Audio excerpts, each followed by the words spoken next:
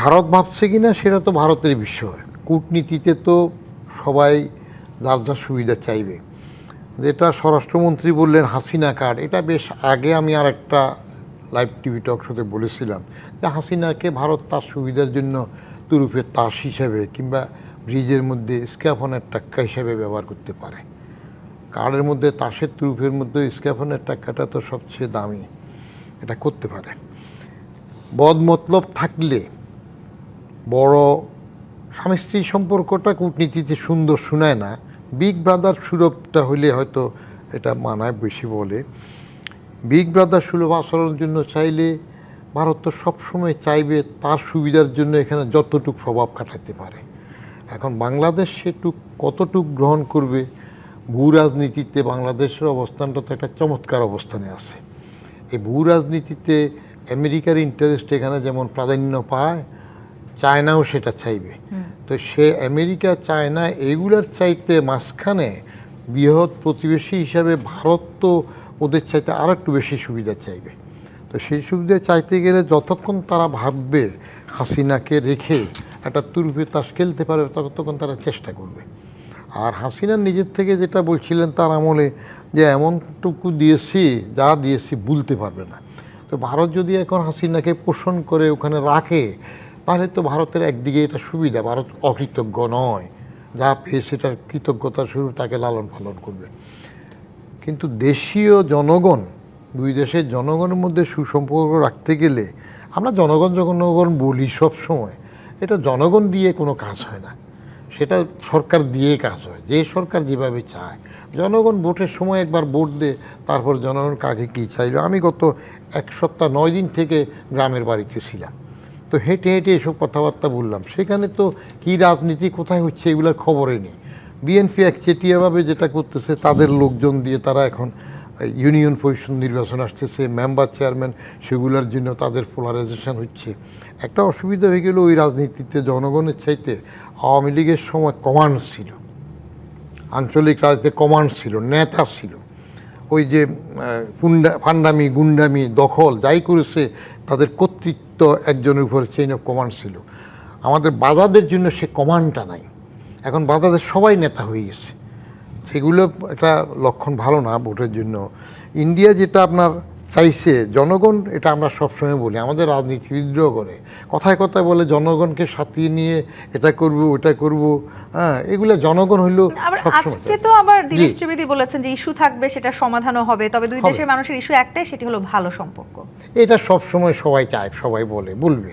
কূটনীতির খেলাটাই এখানে আপনার প্রোফান নাউন থেকে বিশেষণ হয়ে যায় না অনেক সময়। যেমন কিসিঞ্জার কূটনীতিতে পরে কিসিঞ্জারই চাল বলতো, তারপরে মীর জাফরকে বিশ্বাসঘাতক বিশেষণ হয়ে গেছে, এখন ফেসিবাদ বলতে বলতে সেটা একটা ইয়েতে আসছে। কূটনীতিতে খেল চলবে, কিন্তু ভারত আমি যেটুক বুঝি মোড়লগিরিটা ছাড়বে না। ভারত তখন যাইয়া এটা নমনীয় হবে যখন দেখবে যে টোটালি অন্য বড় শক্তির সাথে বাংলাদেশের ভালো একটা সম্পর্ক হবে। অনেকটা ওইরকম যদি হয়, ওই কেরোসিন শিখা বলে মাটির প্রদীপে বাই বলে ডাকু যদি দেব গলা টিপে, হেনকালে আকাশেতে উঠিলেন চাঁদা, কেরোসিন শিখা বলে এসো মোর দাদা। ওই দাদা বলবে তখন যদি কেরোসিনের উপর আরেকটা চাঁদ উঠে। তো উচিত না, কারণ এত বড় একটা নেইবার সাথে দূরত্ব করে বেনিফিট হবে না। আর বড় হিসাবে ভারত সবসময় চাইবে যেভাবে হোক চলে বলে কলে কৌশলে আমাদেরকে তাদের সাথে টেনে নেয়া, কারণ এটা বড়র একটা ক্রেডিটও থাকে যে ভারত বাইরে শো করবে, সারা বিশ্বে দেখাবে যে আমরা তো সম্পর্ক ভালো রাখতে চাই, আমরা সম্পর্ক ভালো রাখতে চাই। কিন্তু কূটনৈতিক চালের মধ্যে আমাদের তো অনেক সময় গরিবের তেজ বেশি থাকে, গরিবের অহংবোধও বেশি থাকে, বলে যে অন্য কিছু না থাকুক, সম্মানবোধটা থাকুক। কূটনীতিতে এইসব বেশি চিন্তা করে লাভ নেই, ইগোর জায়গাটা আসলে এটা বেশি হয় কূটনীতিতে, এটা থাকতে নেই। কারণ ওই যারা এখানে বঙ্গবন্ধুর বাড়ি ভেঙেছে এটা তারা খারাপ কাজ করেছে।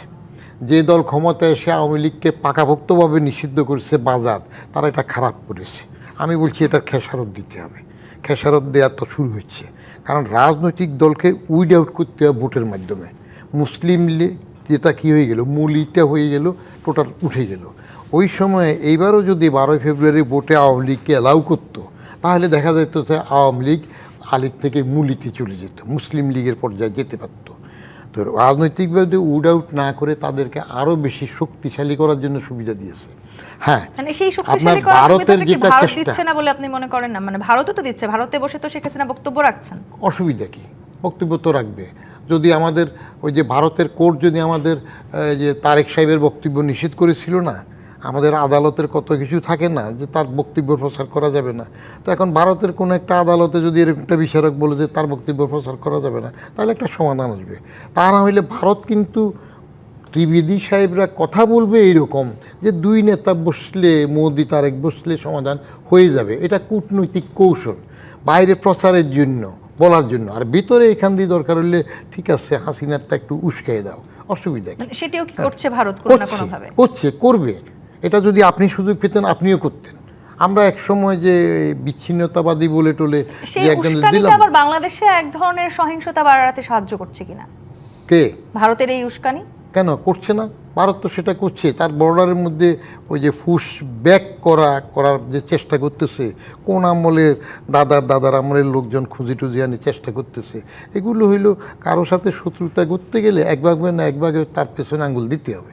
ওরা ভারত সেটা চেষ্টা করবে, আর মুখে কূটনৈতিক ভদ্রতা রেখে এরকম কথা বলবে। এর ভিতর দিয়ে আপনাকে দেখতে হবে প্লাস মাইনাস করে balance of inconvenience and balance of convenience, এই দুইটার মধ্যে আপনি কতটুকু ব্যালেন্স করবেন। ব্যালেন্স অফ ব্যালেন্সিংটা মানে সেই জায়গাটিতে এখন আমরা দাঁড়িয়ে আছি কিনা? ব্যারিস্টার জহরত আদিব চৌধুরী, আপনার কাছে আসি। আমরা বারবার বলছি যেই সম্পর্কের কথা আমরা বলছি সেই সম্পর্কটা হতে হবে শ্রদ্ধা, সমতা এবং ন্যায্যতার ভিত্তিতে। মানে বিএনপিও ঠিক এভাবেই চায়। কিন্তু যে দাদাগিরির কথা বদিউর রহমান বললেন, মানে সেখান থেকে বেরিয়ে আসা প্রবণতাটা বাংলাদেশে শুরু হয়েছে কিনা? আমরা সবার আগে বাংলাদেশ প্রতিষ্ঠিত করতে চাই, প্রতিষ্ঠার ঠিক কতখানি কাছাকাছি আছি আমরা? জি, ধন্যবাদ আমাকে আমন্ত্রণ জানানোর জন্য। সো যে প্রশ্নটা আসলে আমাদের দেখতে হবে যে আমরা কি চাচ্ছি, আমাদের দেশ কোথায় আছে। যেটা একটু আগে যে আমার সহ আলোচক বলছিলেন যে বাংলাদেশের কিছু জিওপলিটিক্যাল অ্যাডভান্টেজ আছে, রাইট? আমাদের দেশে একটা পার্টিকুলার যে সিগনিফিকেন্স আছে বিকজ অফ ইটস লোকেশন। আমাদের একটা হিউজ ইউথ পপুলেশন আছে আমাদের দেশের। মানে এখনও ওয়ার্ল্ডে খুব অল্প কান্ট্রি আছে যেখানে ইউথরা এখনও মানে যে এই লেভেলে এই অ্যামাউন্টে আছে, এবং it's a growing economy, right? So কিছুদিন ধরে অবভিয়াসলি ইকোনমি ডাউন টার্নের জন্য ফর ডিফারেন্ট রিজনস আমরা দেখেছি, বাট ইন জেনারেল আমাদের দেশে একটা গ্রোথ ট্রেন্ড আছে, এবং আমরা মনে করি এটা এখন আরও বেশি হবে যে গিভেন দ্য রিসেন্ট আমরা যেসব পলিসি লেভেল চেঞ্জেস দেখছি। সো এই অবস্থাতে বাংলাদেশকে বাংলাদেশের মতো করে আমার প্ল্যান করতে হবে যে আমি কী চাই, কীভাবে চাই, আমার বাংলাদেশের কী কী সমস্যা আছে, রাইট? আমাদের যেরকম করে উই হ্যাভ সাম অ্যাডভান্টেজ, আমাদের কিছু চ্যালেঞ্জেসও আছে বিকজ আমরা ডাউন স্ট্রিমে আছি। আমাদের পানির ন্যায্যতা ইনশিওর করতে হবে, আমাদের রোহিঙ্গা ইস্যুজ আছে। সো আমাদের এই ধরনের বড় ইস্যুতে আবার আমার ইকোনমিকেও আমার যদি যেটা হচ্ছে একটু আগে আরেকজন বলছিল যে নেইবার তো আমি চেঞ্জ করতে পারবো না। সো আমার যে নেইবার আছে তার সাথে আমার ইকোনমিক যে রিলেশনশিপ, এটাকে নিয়ে আমরা কিভাবে প্রসপারাস ওয়েতে যেতে পারি সেটা আমার দেখতে হবে। এই চিন্তাটা আসলে এখন বড় হয়ে যাচ্ছে নাকি আসলে শুধু শেখ হাসিনার ইস্যুটাই এখন ভারত এবং বাংলাদেশের সম্পর্কের ক্ষেত্রে একটা বড় বিষয় হয়ে যাচ্ছে? আচ্ছা, মানে যেটা হচ্ছে আপনি যখন আজকে যে কনভারসেশনগুলো হয়েছে, মানে যে বিবৃতিগুলো আমরা দেখছি, সব জায়গাতে ফোকাস করা হচ্ছে যে we want a positive relationship with in a conversational, এক সংলাপ হোক, ডিসকাশন হোক। সো এই কনভারসেশন হওয়ার জন্য কিছুটা প্রি কন্ডিশন দরকার আছে, রাইট? আপনি আপনার সাথে সারাক্ষণ যদি আমি যে নেগেটিভলি কথা বলি বা নেগেটিভ কোনোটেশন থাকে, তাহলে কিন্তু কেউ এসে বসবে না পাশাপাশি। সো পাশাপাশি বসার জন্য, সংলাপের জন্য যে একটা মানে একটা স্ট্যান্ডার্ড একটা সিচুয়েশনের দরকার, সেটা আমাদের এস্টাবলিশ করতে হবে। বিকজ আদারওয়াইজ আমি এখানে মানে বসে কোনো লাভ হবে না যদি ওই মানে যে একটা আপার হ্যান্ড লোয়ার হ্যান্ডের প্রশ্ন থেকে যায়। সো যেটা বাংলাদেশ করেছে, আমাদের সরকার ক্লিয়ারলি একটা ওনার বেসলাইন ক্রিয়েট করে দিয়েছেন, একটা বেসলাইন ক্রস করা যাবে না। এই বেসলাইন ক্রস করলে বাংলাদেশের reaction will be very strong. এবং এটাই আমরা দেখেছি যে আপনার 5ই অগাস্টে যে আমাদের যে পররাষ্ট্র মন্ত্রণালয় থেকে যে বিবৃতি গিয়েছে, আমাদের মাননীয় স্বরাষ্ট্রমন্ত্রী যে ল্যাঙ্গুয়েজে উনি যে কমেন্ট করেছেন, সবগুলো দিয়ে আমরা একটা বেসলাইন ক্রিয়েট করছি। এখন এই বেসলাইনটাকে রেখে অবভিয়াসলি মানে আমরা কারো শত্রুতার অর্থে করতে চাই না, আমরা বন্ধুত্বর সাথেই থাকতে চাই, আমরা জয়েন্ট প্রসপারাস যে ফিউচার দেখতে চাই দুই দেশের জন্য। সেটা করার জন্য একটা বেসলাইন ক্রিয়েট হচ্ছে। এখন যদি যেটা আমরা আশা করছি আজকে মাল্টিপল ডিসকাশনের পরে যে কমেন্ট এসেছে যে আমরা আমাদের স্ট্যান্স ক্লিয়ার করে দিয়েছি অ্যান্ড উই বিলিভ যে আমাদের যে neighbourhood they have also understood it. Badiur Rahman একটি কথা বললেন যে মানে ভারত আসলে তাদের দাদাগিরিটা দেখাতেই থাকবে, মানে তারা যে আসলে এক ধরনের পুরো বিশ্বে এক ধরনের মোড়ল হয়ে ওঠার চেষ্টা করছে, সেটি কি সেই প্রভাবটা কি বাংলাদেশে পড়বে আবার? না, পুরো বিশ্বে আসলে এই ওয়ার্ল্ডে যে জিওপলিটিক্যাল টেনশন হচ্ছে আসলে এখানে কেউ দাদাগিরি করে আসলে কত দূর যাওয়া যাবে, রাইট? বাংলাদেশে আর সেই বাংলাদেশ নেই। গত 17 বছরে যে আমরা যে বাংলাদেশ ছিল আসলে সেখানে অনেকগুলো টার্মিনোলজি ইউজ হয়েছে, আমি কোনো টার্মিনোলজি ইউজ আর না করি। বাংলাদেশকে ডিসাইড করতে হবে আমি কিভাবে আমার ডিগনিটি এনশিওর করব, আমি আমার পয়েন্ট অফ প্রফেশনালি আমি আমার যে দাবিগুলো আদায় করব। সো সেখানে আমরা আমাদের স্ট্যান্স ক্লিয়ার করেছি অ্যান্ড এই স্ট্যান্স ক্লিয়ার করে এখানে আসলে দাদাগিরি করে ইট উইল নট ওয়ার্ক, এটা একটা মেসেজ চলে গিয়েছে। সো আই রিয়েলি বিলিভ যে এখানে যেটা হচ্ছে যে দিন শেষে জনগণ, যে আমার সমালোচক বলছেন জনগণ ম্যাটার করে না, বাট যখন democratically elected government BNP is elected by the people, so আমরা যখন একটা কথা বলছি এটা শুধু সমাধানটা তো আসলে কূটনৈতিকভাবে রাষ্ট্রীয়ভাবেই হতে হবে। অবশ্যই অবশ্যই, কিন্তু আমাদের এই সীমান্তকে কেন্দ্র করে আসলে যে বিরোধের কথা আমরা দেখেছি সেটিও তলানির দিকে ধাবিত হয়, সম্পর্ককে ঊর্ধ্বগতিতে নিতে দিল্লিকেও আমরা অনেকটা ব্যতিব্যস্ত দেখলাম। মানে ঢাকাকে যেমন দিল্লির প্রয়োজন আছে, তার মানে দিল্লিরও ঢাকাকে প্রয়োজন আছে। অবশ্যই এই জায়গাটিতে আসলে আমরা কতখানি এগিয়ে আছি? বেশ কিছু এর আগে আমরা দেখেছি এমন কিছু চুক্তি ছিল যেগুলো হয়তো বিগত সরকারের আমলে নেওয়া হয়েছিল, সেখান থেকে এখনো হয়তো বাংলাদেশ সুফল পাচ্ছে। এই যে নানান রকমের বিরোধের কারণে যেই সম্পর্কটা তলানির দিকে ধাবিত হচ্ছিল, সেই সম্পর্কটা ঊর্ধ্বগতির দিকে নিয়ে যেতে আমরা দিল্লিকেও অনেকটা ব্যতিব্যস্ত দেখছি। বিভিন্ন সময় আমরা দেখেছি ঢাকা এবং দিল্লির মধ্যে যে এই ধরনের চুক্তিগুলো হয়েছে, অনেক সময় ঢাকাও কিন্তু নানানভাবে আসলে সত্যিকার অর্থে তারা আমরা উপকৃত হয়েছে এবং অনেক কিছুতে হয়তো দিল্লি উপকৃত হয়েছে। কিন্তু মানে এই সম্পর্কতে আমরা দূরত্বের কথা যখন চিন্তা করছি, প্রয়োজনটাও তো ঠিক একই সমান কিনা? দূরত্ব থাকা, এগুলো কূটনীতিতে এই জাতীয় শব্দ যায় না। আপনি বৈরী সম্পর্ক রাখতে চাইলে, উস্কিয়ে দিতে চাইলে এরকম বাজে কথা বলতে পারেন। কূটনীতিতে শেখ হাসিনা যেভাবে থাকুক, আপনি দেশের জন্য কূটনীতি করবেন সেটা আলাদা। শেখ হাসিনা, এটা তো আমাদের এখানে ঘটেছে না, আমরা পরের বড়ুয়াকে পরে ফেরত দেওয়া হয়েছে না। ভারত কি শেখ হাসিনাকে ফেরত দিতে মানে কতদিনে দিতে পারে সেটা তো একটা বিষয় আলোচনা আছে। ভারত ফেরত দিতে চাইবে কিনা বা কতটুক দিবে এটা নিয়ে আপনি এখন কমেন্ট করতে পারবেন না। ভারত, তারা শেখ হাসিনা যখন গেল তখনও তারা সর্বদলীয় আলোচনা করেছে। ভারত আমাদের মতো হুট করে, যে বাংলাদেশে কি এখন বিরোধী দল আছে? নাই। কিন্তু যেটা বিরোধী দল এটা তো বাজাদের একটা অংশ, আগের থেকে একসাথে সংসার করার লোক, শো করার জন্য বিরোধী দল হচ্ছে তারা। অতএব কিন্তু বুথ আছে, জুজুর ভয় আছে। জুজুর ভয় হলো বাজাদের বেশি ভয় হচ্ছে যে জামাতকে অ্যান্টাগোনাইজ করে ফেলে কিনা। কারণ আওয়ামী লীগকে নিষিদ্ধ করে দিয়েছে, আলী নাই, কার্যক্রম নিষিদ্ধ। এখন বাজার যদি এই জামাত বা এই জঙ্গি শক্তি যেগুলো আছে এগুলোকে অ্যান্টাগোনাইজ করে, তাহলে বাজারদের জন্য আবার আরেকটু অসুবিধা হবে, একদিকে সামাল দিতে পারবে না। সেই জন্য সব দিককে অ্যাফিস করার জন্য একটা টেকনিক হয়। আমি তো মনে করি ব্রিক্সে যেটা দাওয়াত হয়েছে সেখানে যাওয়া দরকার। ভিতরের উদ্দেশ্য কী থাকে অবস্থা বুঝবে। এবং তারা, আমার একটা ধারণা, ভারত আমাদের প্রধানমন্ত্রী গেলে তাকে সসম্মানে যে এরকম ইভেন্ট হবে, ওনারা অ্যানাউন্সমেন্ট করেছিলেন যে এটা, আমরা তো প্রথমে জানতাম যে এটা ফিজিক্যাল ইভেন্ট হবে, তারপর ফিজিক্যাল হয়নি, তারপর তো ইভেন ভিডিও থাকেনি। কিন্তু বাংলাদেশ কিন্তু মানে একটা মোটামুটি একটা মেসেজ ক্লিয়ারলি দিয়ে রেখেছিল যে এই ধরনের প্রোগ্রাম হওয়ার আমরা অ্যাকসেপ্ট করি না। এরকম যেন না হয় যে ভারতের মাটি ইউজ করে কেউ যেন রাজনৈতিক ফায়দা লুটার চেষ্টা না করেন।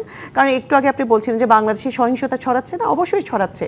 একজন ম্যাস মার্ডারার ওখানে বসে বড় গলায় যে মানে বিন্দুমাত্র অনুশোচনা তো হচ্ছে না, বরঞ্চ বড় গলায় আবার মানে সিরিয়াসলি মানে দেশের এগেনস্টে কথা বলা হচ্ছে। এটা তো আমার আসলে মানে রাষ্ট্রদ্রোহিতার শামিল। সো এইরকম একটা ম্যাস মার্ডারার যে কনভিক্টেড আসামি, বাংলাদেশের একটা যে মানে প্রপার কোর্টের প্রসিডিওর অনুযায়ী ওনাকে যে আসামি, ওনাকে এই দণ্ড দেওয়া হয়েছে। সো এই মানুষটাকে ভারতের মাটিতে বসে ভারত সরকার অবশ্যই ওনাদের কন্ট্রোলিং পাওয়ার আছে। ওনাদের দেশের মানে সয়েল ইউজ করে কেউ যদি ক্রিমিনাল অ্যাক্টিভিটি করে, ওনার অবশ্যই তাদের একটা রাইট আছে এটাকে কন্ট্রোল করা। সো বাংলাদেশের এক্সপেকটেশনটা ওইখানেই ছিল। যখন বাংলাদেশ দেখেছে যে এক্সপেকটেশন মিট হয়নি, বাংলাদেশ তার রিয়াকশন দিয়েছে এবং এই রিয়াকশনটা যে অবশ্যই কাজে দিয়েছে। এই যে আমরা দেখছি যে রিসেন্ট যে ইন্টারাকশনগুলো হচ্ছে, দ্য মেসেজিং আসছে। আবার অনেক রাজনৈতিক বিশ্লেষক কিংবা কূটনৈতিক বিশ্লেষকরা বলার চেষ্টা করছেন যে ভারতের আসলে বডি ল্যাঙ্গুয়েজটাও বাংলাদেশের জন্য খানিকটা বদলে গেছে আগের তুলনায়। অবশ্যই, মানে এটাই তো মানে যেটা হচ্ছে কি আপনি যখন প্রফেশনালি ডিল করবেন, বাংলাদেশ ফার্স্ট বলতে কিন্তু আমরা এক চিটে শুধু বাংলাদেশের ইন্টারেস্ট দেখতে চাই না, আমরা একটা উইন ইন্টারেস্ট দেখতে চাই। আমরা আপনি বলছিলেন যে এই নেইবারের সাথে তো আসলে it's both way relationship, right? আমারও কিছু বেনিফিট আছে, ওনাদেরও বেনিফিট আছে, ওনাদের কোনো ক্ষতি হলে আমাদেরও ক্ষতি হতে পারে, ভাইস ভার্সা। সো এই আন্ডারস্ট্যান্ডিংটা দেওয়াটা প্রফেশনালি আমাদের দরকার ছিল। আমি মনে করি আমরা এটা খুব প্রফেশনালি ব্যর্থভাবে আমরা কমিউনিকেট করতে পেরেছি, যে কারণে এখন বডি ল্যাঙ্গুয়েজ চেঞ্জ হয়েছে, কমিউনিকেশন স্টাইল চেঞ্জ হয়েছে, এবং আমি মনে করি যে এখন আরও অনেকটুকু পজিটিভ ট্রেন্ডে যাওয়া উচিত। মানে সেটি হয়তো যাওয়া উচিত, কিন্তু সেটি যাচ্ছে কিনা আমরা। মাসুদ করিম, ভারতের একটি গণমাধ্যমে তারা বলেছে যে ভারত বাংলাদেশের দ্বিপক্ষীয় সম্পর্ক এতটাই গুরুত্বপূর্ণ যে তা কোনো এক ব্যক্তি বা বিশেষ স্বার্থের কাছে জিম্মি হয়ে থাকবে না, কিন্তু সেখানে তারা এটিও লিখেছেন শেখ হাসিনা ভারতের স্বাগত ও সুরক্ষিত অতিথি হিসেবেই থাকতে পারেন। আমি যেটা বলবো যে দ্বিপক্ষীয় সম্পর্কটা ভারত এবং বাংলাদেশের এটা অনেক বিস্তৃত সম্পর্ক। এটা আমাদের দেশের সাথে 4000 কিলোমিটারের বেশি স্থল সীমান্ত আছে। আমাদের দেশের ইতিহাস, ঐতিহ্য, মুক্তিযুদ্ধ এগুলির সাথে সম্পৃক্ত আছে, ব্যবসা বাণিজ্য আছে, এমনকি বিনিয়োগ, তারপরে সাংস্কৃতিক আদান প্রদান, খেলাধুলা, হেন কিছু নাই যেটার সাথে আমাদের একটা দীর্ঘ সময় বাংলাদেশের নির্বাচনের সাথেও তাদের একটা সম্পৃক্ততা ছিল। রাজনৈতিক সম্পৃক্ততা সেই ছিল। প্রশ্নটা যদি একটু করি, মানে এই নির্বাচনের প্রভাব থেকে কি আমরা বেরিয়ে আসতে পারবো? আমি যেটা বলতে চাচ্ছি যে এগুলি হলো কোর পলিটিক্যাল সেন্সিটিভ ইস্যু। এটাতে একে অন্যের মধ্যে হস্তক্ষেপ করলে সম্পর্কে একটা ইরিটেশন সৃষ্টি হয়। সেটা আমার মনে হয় ইন্ডিয়ারও করা উচিত না। অর্থাৎ মানে ইন্ডিয়া হলো সাউথ এশিয়ার সবচেয়ে লার্জেস্ট কান্ট্রি, সুতরাং তাদের যত বড়ই হোক তারা, কিন্তু আমরাও একটা স্বাধীন সার্বভৌম রাষ্ট্র, অন্যরাও স্বাধীন। সুতরাং রেসপেক্ট কিন্তু সবার সম্মান, সেটা বড় রাষ্ট্র হোক আর ছোট রাষ্ট্র হোক। সুতরাং বড় ভাইসুলভ আচরণ গ্রহণযোগ্য না। আর দ্বিতীয় যে কথাটা বললেন, যে আমি যেটা বলবো যে অনেক দেশের সাথে অনেক দেশে ইস্যু থাকে, নেইবারের সঙ্গেও থাকে। আমাদের দেশের সাথে বহুবার উত্থান পতন এরকম হয়েছে ইন্ডিয়ার সাথে সম্পর্কে। অনেক সময় যেগুলি ইজি সহযোগিতার জায়গা, সেগুলিতে সহযোগিতাটা যদি বহাল থাকে, তাহলে কঠিন সহজ যে জায়গাগুলি, সেই জায়গাগুলিতে অনেকটা পরবর্তী সময় সেরকম একটা পরিবেশ, এনেবল পরিবেশ সৃষ্টি হয়। আমি মনে করি যে এনগেজমেন্টটা কিন্তু অবশ্যই বহাল রাখা দরকার। এটা যে পর্যায়ে হোক, হ্যাঁ, সেই সকল পর্যায়ে যতটা সম্ভব, যদি কারণ এটাকে আমরা একটা সুযোগ হিসেবে নিতে পারি যে আমরা যদি একটা প্রটেস্টও করতে চাই, সেটাও যদি আমরা মিটিংয়ের মধ্যে বসে করি, বা ওনারাও যদি কিছু বলার থাকে এবং ওনাদের একটা কোর কনসার্ন। আরেকটা জিনিস হলো যে বোথ কান্ট্রির কনসার্নগুলি সমাধান করতে হবে। অ্যান্ড আমরা যেটা বলে থাকি যে নর্থ ইস্ট, ওদের তো মেইন ইস্যু হলো নর্থ ইস্টের সিকিউরিটি, যাতে আমাদের দেশের সয়েলে বসে কেউ ইন্ডিয়ার বিরুদ্ধে কিছু না করতে পারে। তো সেটা আমরা ক্লিয়ারলি বলে দিচ্ছি, এবং এটা তারা দেখছে, শুধু বলা শুধু না, দেখছে যে এখানে কোনো তৎপরতা চলছে না ইন্ডিয়ার বিরুদ্ধে। সুতরাং এটা একটা বিরাট রিলিফ ইন্ডিয়ার জন্য। ইন্ডিয়াতে অনেক মুসলমানদের নিপীড়ন নির্যাতন হয়, এইসব বিষয়েও আমরা ইন্টারনাল মনে করি তেমন কিছু কই না, বলি না। তারপরে দেন কাশ্মীর টাশ্মীর এইসব বিষয়েও আমরা খুব বেশি কিছু কথাবার্তা বলি না। তার মানে বোঝাই যাচ্ছে যে আমরা ওনাদের দেশে ইন্টারনাল কোর সেন্সিটিভ ইস্যুগুলো নিয়ে আমরা অত বেশি মাথা ঘামাই না। ওনাদেরও উচিত হবে আমাদের দেশের যে সমস্ত কোর রাজনৈতিক ইস্যু, যেসব ইস্যুগুলির সম্বন্ধে সরকার কনসার্ন, সেই সব ইস্যুগুলিকে একটু ডাউন প্লে করে যেসব ইস্যুগুলিতে সহযোগিতার জায়গা আছে সেগুলি করা, এবং ওনাদের সেই উদ্বেগের জায়গাগুলি যখন নিরসন হয়েছে। আমাদের দেশের বাঁচা মরার প্রশ্ন হলো ওয়াটার রিসোর্সের শেয়ারিং। এখন আমাদের এই যে গ্যাঞ্জেস এগ্রিমেন্টের টাইম শেষ হয়ে গেছে, এটা রিনিউয়াল করা দরকার। কারণ তারেক রহমান সাহেব যাবেন আর রিনিউয়াল হইল না, তাহলে দেশের মানুষ কি বলবে ওনাকে? এখন আমরা তিস্তার যে ইস্যুটা, সেটা হলো আমাদের বাঁচা মরার ইস্যু। এটা যদি সমাধান করার একটু ইন্ডিয়ার সদিচ্ছা হইলেই যথেষ্ট। সেটা যদি করে, তাহলে দুই দেশের যে সম্পর্কের ফাউন্ডেশনটা কতটা স্ট্রং হবে। আমি বলছি না যে এগুলি না হইলে যে সম্পর্ক বিচ্ছিন্ন হয়ে যায়, তা না। আমি বলছি যদি সদিচ্ছা থাকে, নানাভাবেই সহযোগিতা করা যায়। এখন আমি বলতেছি কিছু কিছু ইস্যুতে আমাদের কোনো বিরোধ নাই, যেমন একটা কালচারাল এক্সচেঞ্জ, কিংবা ধরেন একটা স্পোর্টসের ক্ষেত্রে যোগাযোগ, কিংবা ধরুন আমাদের সিভিল সোসাইটি, যদি ওনাদের সিভিল সোসাইটি পেশাজীবী লোকজন যায়, আমাদের লোকজন চিকিৎসা করতে ওখানে যায়, ব্যবসা বাণিজ্য, এগুলিতে কোনো বিরোধ নেই। এইগুলি চলতে থাকুক এবং আদার এনগেজমেন্টও চলতে থাকুক। আমি বলছি যে আলোচনা বসা এই সুযোগগুলি আমরা যেখানে সুযোগ পাই আমরাও করা উচিত, সুযোগটা নেওয়া উচিত, ইন্ডিয়ারও নেওয়া উচিত, কারণ এটা কিন্তু মিউচুয়াল বেনিফিট। আমরা ওনাদের সাথে সহযোগিতা করলে আমরা বেনিফিট হবে, আর ওনারা সহযোগিতা করলে ওনারাও বেনিফিট হবে। জি, কিন্তু যে কথাটি বলছিলেন বদিউর রহমান, যে পররাষ্ট্রের জায়গাটিতে আসলে ইগো দেখানোর কোনো একটা সুযোগ নাই। ব্রিক্স সম্মেলনে প্রধানমন্ত্রীকে আমন্ত্রণ জানিয়ে গেছে ভারত। প্রধানমন্ত্রী ব্রিক্সে যাবেন কিনা সেটি নিয়ে নানান আলোচনা চলছে। অনেকেই প্রায় নিশ্চিত হয়েই বলার চেষ্টা করছেন হয়তো এবার প্রধানমন্ত্রী যাচ্ছেন না। সেটি আসলে কতখানি সত্যি, এই প্রশ্নের উত্তর নিব জি.পি. ইস্পাত নিবেদিত রাজকাহন থেকে।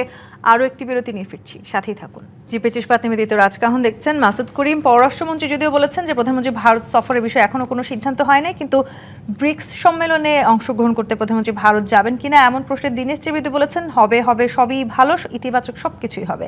এদিকে গণমাধ্যমের নানান সময় আমরা দেখেছি যে ব্রিক্স সম্মেলনের প্রধানমন্ত্রী যাচ্ছেন না এমন খবরে অনেকে নিশ্চিত করে বলার এক ধরনের প্রচেষ্টা চলছে বা এক ধরনের আলোচনা সমালোচনা আছে। আপনি কি মনে করছেন?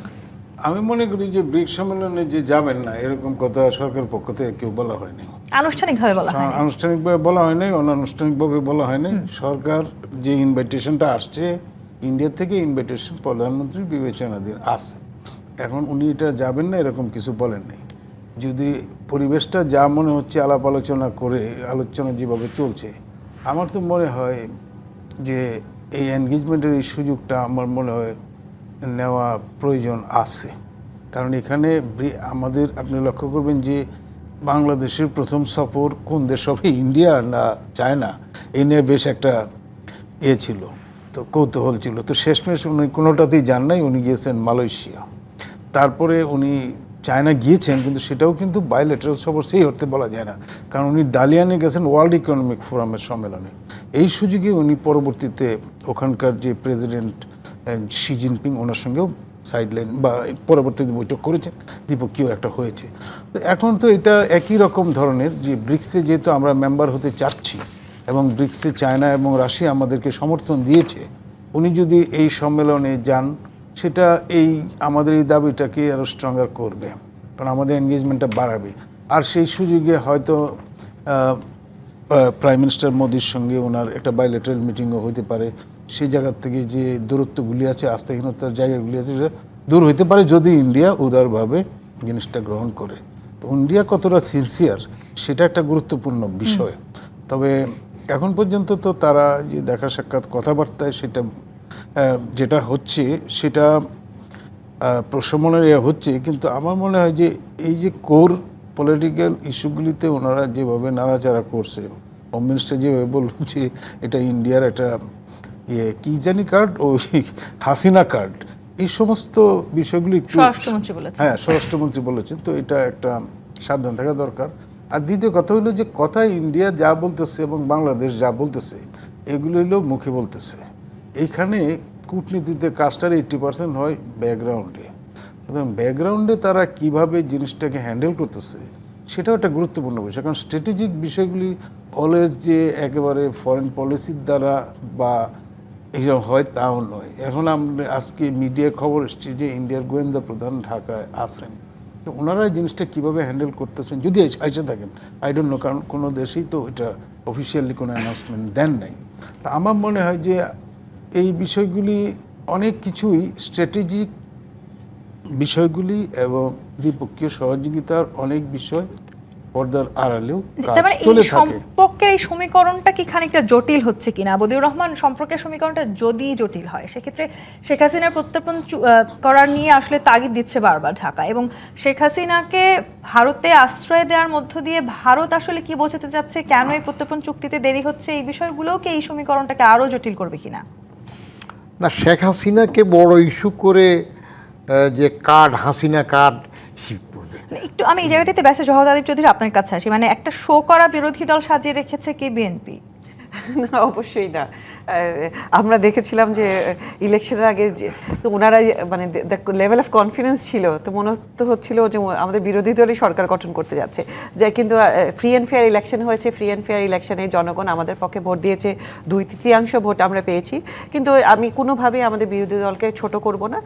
একটা যে ইলেকশনের থ্রুতে আমরা সরকার গঠন করেছি, ওনারা বিরোধী দল হয়েছেন, এর মানে না এটাই সারা জীবন থাকবে, নেক্সট টার্মে বদলাতেও পারে। সো আমি বিরোধী দলকে কটাক্ষও করবো না, ছোটও করবো না। আমি মনে করি ওনারা অবশ্যই যে ওনারা চেষ্টা করছেন ওনাদের মতো করে যে দেশকে কন্ট্রিবিউট করার, মাঝে মধ্যে অবশ্যই ওনারাও যে আউট অফ লাইন হয়ে যাচ্ছেন, অনেক কড়া ভাষায় ল্যাঙ্গুয়েজ ইউজ করে ফেলছেন। এটা আই হোপ যে এটা ওনাদের মানে ওনার দেশের জন্য কাজ করার যদি ইচ্ছা থাকে, ওনারা ওই জায়গাটা ওনারা ব্যালেন্স ইনশিওর করবেন।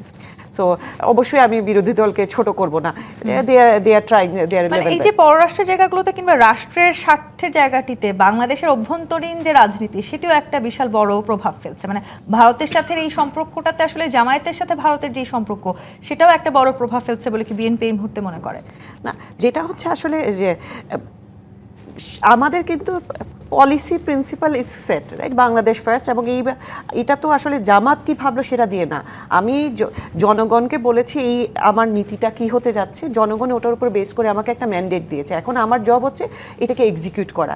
যখন আমি এক্সিকিউশনে যাব, অবশ্যই আমি বিরোধী দলকে চাইবো তারা কোঅপারেশন করবেন, কারণ বাংলাদেশের জন্য যেটা ভালো সেটাই তো আমি বলেছি। এবং সো আমরা আশা করি ওনারাও বুঝতে পারবেন, ওনারাও আমাদের সাথে কোঅপারেট করবেন। বদিউর রহমান, আপনি বলছিলেন যে অন্তর্বর্তীকালীন সরকারের সময় থেকে ভারত বাংলাদেশের সম্পর্কটা একটু মানে বেশি খারাপের দিকে যাওয়া শুরু হয়েছে বা নেতিবাচক দিকে যাওয়া শুরু হয়েছে। মানে অন্তর্বর্তীকালীন সরকারের কিছুদিন আগেই আমরা দেখলাম যে 5 অগস্ট আমরা পার করেছি। মানে এখন আসলে আমরা কোথায় আছি? বিএনপি সরকার আমাদেরকে সেই সময় থেকে এখন কোথায় নিয়ে যেতে পারলো? আমরা অপেক্ষা করব। বিএনপি তো আসলে মাত্র 6 মাস হলো। এখন আরও সময় যাক। এই যে এটাও তো একটা টেস্ট কেস, ব্রিক্সে দাওয়াত দিল যাবেন কি না, কূটনীতির একটা সুযোগ আসছে না এখন। তো সুযোগটাকে কতটুকু আপনি আপনার পক্ষে সুযোগে কাজে লাগাবেন, সেটাও ভাবনার বিষয় আছে। কারণ সবসময় তো রাগ করে জেদ করে রাষ্ট্র পরিচালনা করা যায় না। বিএনপি কি তাই করছে? এখানে করা যাবে না, করছে বলছি না, যে না গেলে যদি ব্রিক্সে না যায় এই সুযোগটা হাতছাড়া করে, এটা নিয়ে পরে হয়তো তখন ভাববে যে যাওয়াটা কি উচিত ছিল। কারণ ভাবিয়া করিও কাজ, করিয়া ভাবিও না। সুযোগ হাতছাড়া হলে অনেক সময় পরে পস্তাতে হয়। কূটনীতিতে রাগ করা যায় না। এটা অনেকটা ওই যে কি মেথড আছে কাদের, রেগে গেলেন তো হেরে গেলেন। ভিতরে কি সিদ্ধান্ত আপনার এটা থাকবে। আপনি যত চালাক চতুর হবেন তত আপনি রাগ করবেন না, আপনি অমায়িক থাকবেন। ভিতরে উদ্দেশ্য খারাপ থাকলে সেটা, কূটনীতিটাই হলো এই খেল। এটার নামই তো কূটনীতি, কূটচাল, ওই কূটবুড়ি, কূটবুদ্ধি। হ্যাঁ, ওই যে কিসিঞ্জার বিশেষণ যেন হয়ে গেল কূট। সবসময় কূট চালটাতে সতর্ক থাকতে হয়, স্মাইলিং ফেস থাকতে হয়, অ্যাপ্রোচটা সবসময় ভালো থাকতে হয়। হ্যাঁ, যারা ফরেন সার্ভিসের হুমায়ুন আসলে হয়তো এটা আরও এক্সপ্লেন করতে পারতো। এখানে আপনার রাজনীতিতে অভিমান বলে কিছু নেই, বিশেষ করে কূটনীতির বেলা। এখানে রাগ করা যায় না। যে জায়গাটিতে আগে আপনি কি ছিলেন